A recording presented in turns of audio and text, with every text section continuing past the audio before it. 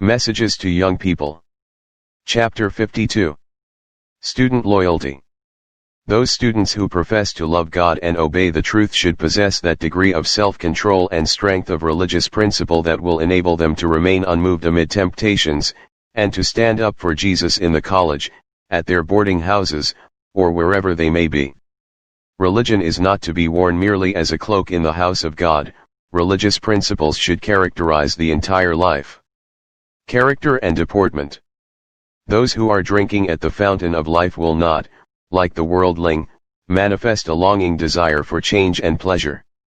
In their deportment and character will be seen the rest and peace and happiness that they have found in Jesus by daily laying their perplexities and burdens at his feet. They will show that in the path of obedience and duty there is contentment and even joy. Such ones will exert an influence over their fellow students which will tell upon the entire school.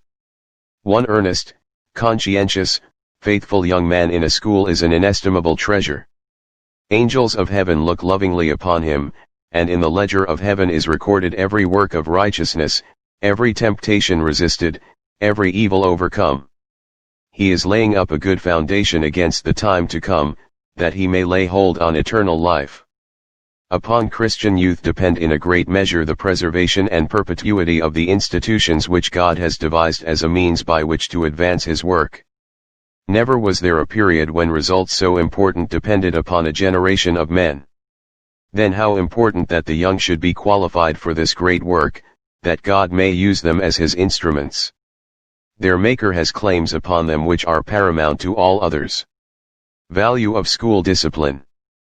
The wild, reckless character of many of the youth in this age of the world is heart-sickening.